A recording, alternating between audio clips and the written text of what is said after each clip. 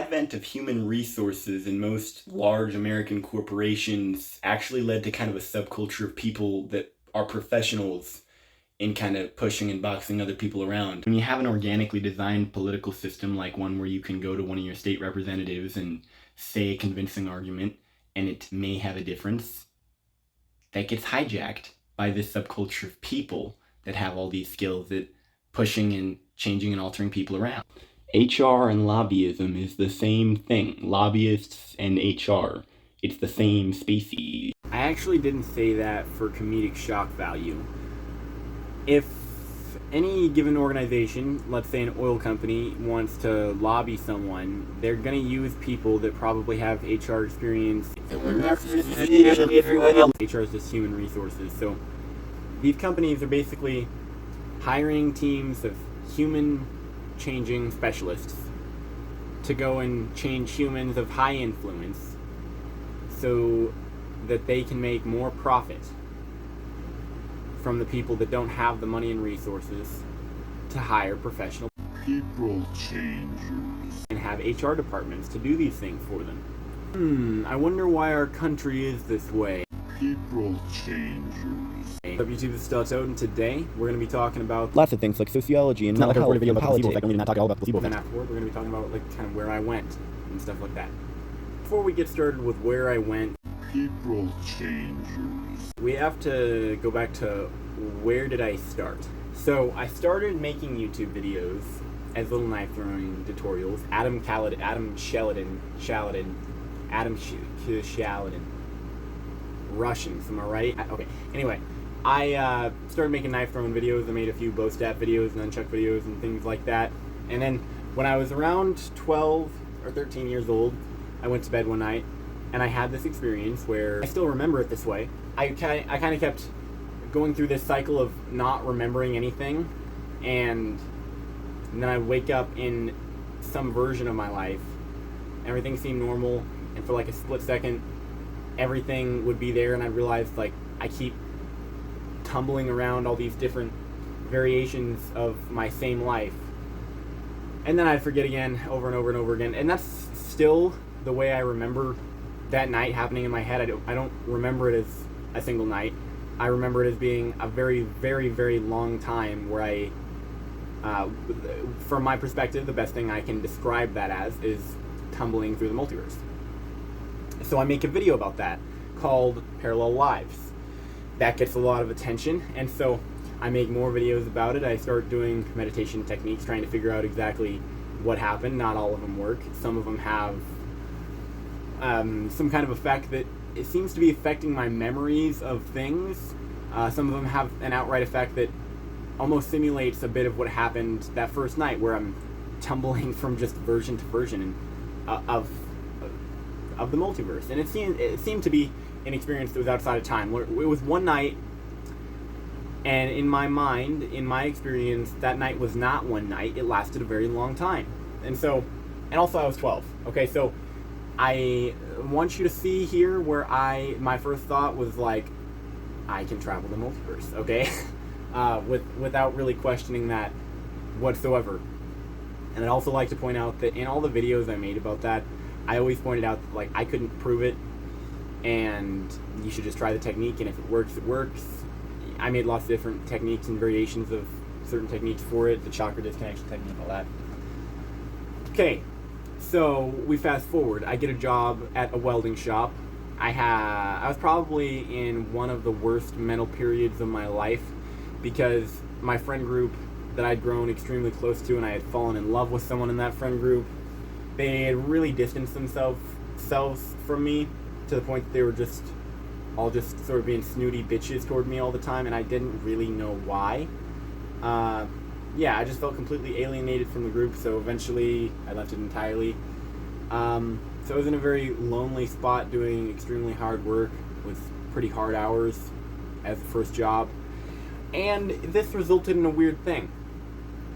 One might expect, looking at this logically, like, okay, if your memories are some sort of stress-induced or trauma-based mental condition, probably this bad period in your life would exacerbate that. I actually didn't know if I was lying or not. while I was working there, because I didn't remember anything. None of the stuff, I watched videos about things that I said I remembered, and in my own brain, it wasn't clicking. I don't think I would lie about this, but I don't remember this at all. And anyway, so eventually I got out of welding. I started a job at Amazon, which is not great. I don't like Amazon at all.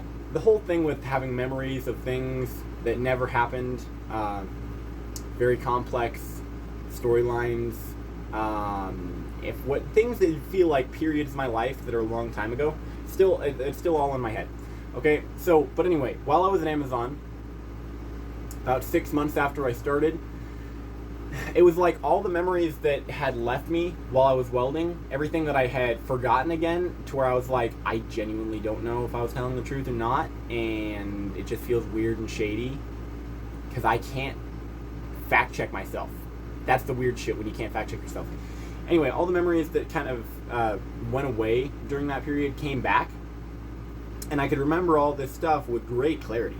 I remembered being a little kid, walking on this rock ridge all by myself when I was a little kid, to my mom who lived in a houseboat. I remember my dad living alone in a cabin, pretty close to each other. I walked between their two places of living all the time. It was on the same property.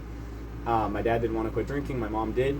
None of this is stuff that happened in real life. My mom never lived in a houseboat. Anyway, about 6 months after I started Amazon, I was having trouble, and it was a few days lead up to this. I was having trouble discerning what was real and what wasn't.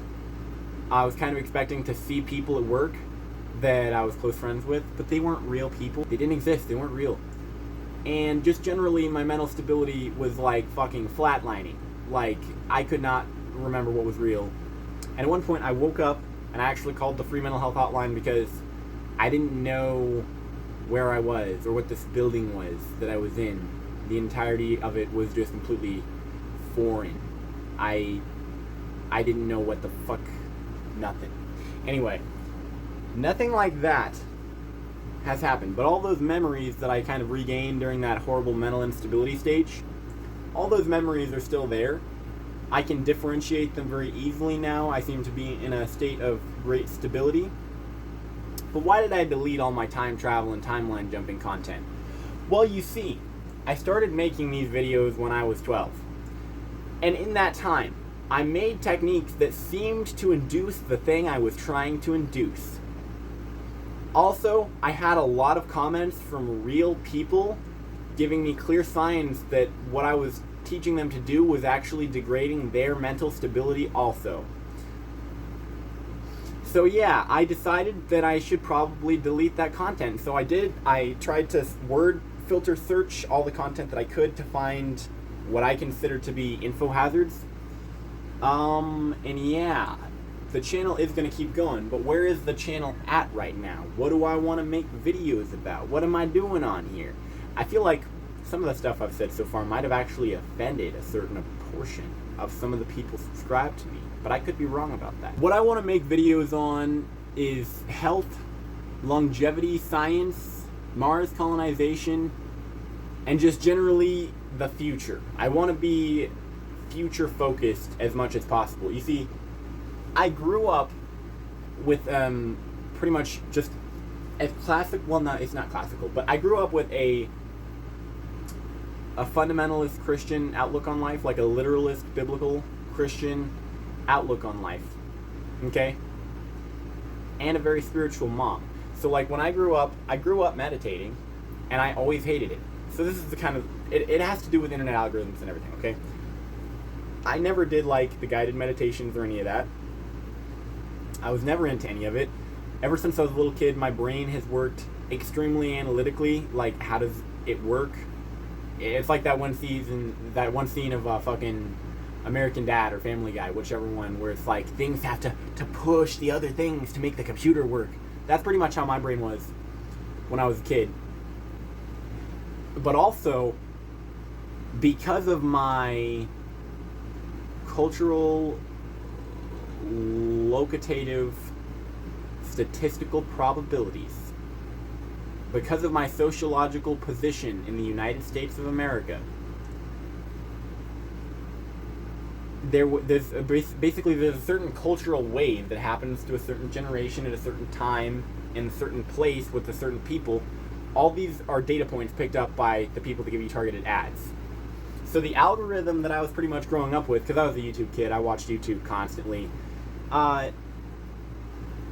It wasn't really any science or any of that. It was mostly just brain dead content, and eventually some of that brain dead content, after I started making the Parallel Universe videos, it spilled over into, oh, who's this Ryan Cropper guy? Oh, Teal Swan, that seems cool. Things were good. But when it was Teal Swan and Ryan Cropper, when they were my YouTube idols, things in my life were actually pretty good. I would say that those two characters, honestly, have some pretty solid advice. Infinite Waters, diving deep, is an idiot. I think that guy is actually a moron. His name is Ralph Smart. I think when I started watching his videos is when I started, like, getting kind of weird, fanatical into shit that didn't make sense, like thinking sunscreen was bad for you, and just some weird health trends, like along with sun gazing. I have some sun gazing videos. That's not something I would do now, because like that's never been the type of person I am. That my sociological statistics and my YouTube algorithm kind of, the resources I had were spirituality and like counterculture, along with biblical fundamentalism. But that's my actual, like, the seed that's been growing. I've always been a scientist type of guy. I've always been very logical. I like to think about things and explain things in a way that I find satisfactory. And so eventually that just morphed until my brain could find the shape that it actually wanted to be. Which is not to say that I'm not spiritual anymore, or that I don't have spiritual experiences anymore. I actually still very often have out-of-body experiences or astral projection experiences. But I also believe it's the same thing as lucid dreaming now.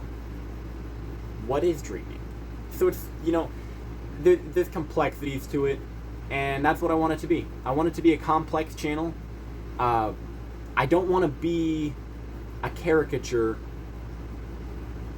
of other things similar on YouTube. So this is going to be more complex content. It's going to be more long-form content. I might be all over the place here and there with the subject. And a lot of you might get offended because there's a lot of this culture that I kind of got connected with spirituality and counterculture, and I'm not against any of that, but there's just some aspects of it that are brain dead that I just hopped on the train with, that I don't believe in whatsoever anymore. And that's okay, because everyone changes. If you're not changing, you're doing something wrong. You're doing something wrong if you're the same as you were fucking 3 years ago, however long I was. Damn it, the music stopped. Woo. Because I got high. Because I got high. Because I got high.